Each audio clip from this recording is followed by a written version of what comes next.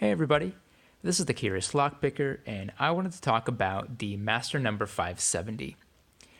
All in all, I think that this is a very difficult lock to pick into, and I really don't think that it quite gets the credit that it deserves. I actually struggled with this lock for several months before I figured out some tips and tricks on how to pick it open reliably, and I wanted to share some of those tips with you guys. The first tip I'll give is that you should use top of the keyway tension. So a lot of people out there say that bottom of the keyway is actually better for this lock. I personally disagree. I think that if you use top of the keyway tension and you do it correctly, that this lock is actually much easier to pick that way. So with that said, there's a little problem. And the problem is that these commercially available top of the keyway tension tools, these pry bars, don't quite fit perfectly. So this is a 50 thousandths pry bar. And if you notice, it simply won't go into the keyway in any way that would allow me to reliably pick this open.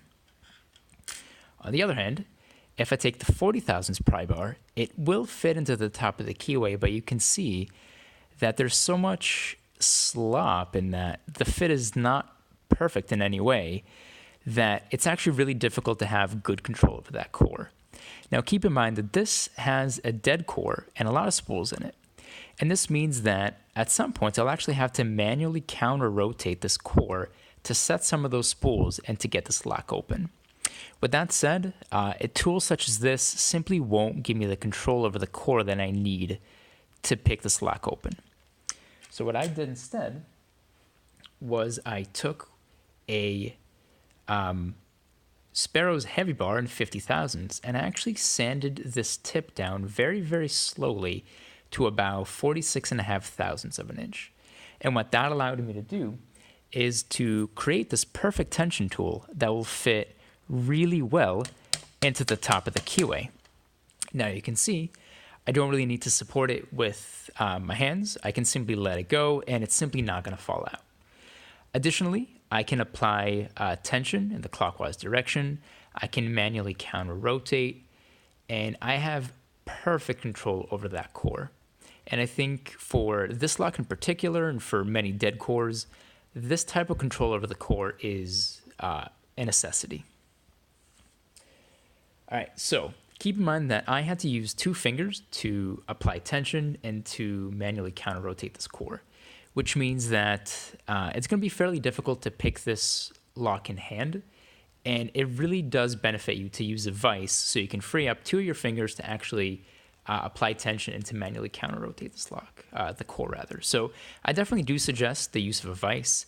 I've been successful in picking this lock without a vise, but it's much more difficult and it's more comfortable to use a vise. So I really do recommend that. Third piece of advice is to use a very, very deep hook. So I've been somewhat successful in using a hook 1 or Peterson gem to pick this open, but I found it much, much easier to use a hook like this. This is the hook 5 from Peterson in 25 thousandths, and it allows me to set those very high spools much more easily than I would otherwise. And I really do recommend the use of a deep hook and for you to pick right off the bottom of the keyway right here. All right, so generally, I would actually pick this lock with an 18 thousandths Peterson hook 5. Mine actually broke the other day, so I'm kind of stuck using a 25 thousandths hook 5. But either way, they're both very good picks, and you can definitely get this lock open with either or. Last piece of advice I'll give you is that this lock doesn't provide a lot of tension, and for that reason, you have to be a little bit patient when you're hunting for a binding pin. It's very easy to get a little too aggressive with finding a binder and applying upward force, and it's really easy to overset some of these pins. When that happens, you can definitely recover from it, but it's a little bit difficult. It kind of convolutes the pick and it makes it more difficult. So I definitely recommend that you be a little conservative, a little careful about finding a binding pin when you're looking for one. With that said, once you find that binding pin, I often find that you need to apply a tremendous amount of upward force to actually get that pin to set. You also have to apply a little bit of counter rotation manually with the tension tool. So that's that's pretty much a summary. That's how I approach this lock. With that said, it still is a very difficult lock, and I still do struggle with it sometimes. But I'll have a separate video about me actually picking this lock open. So good luck to everybody, and I hope this was useful.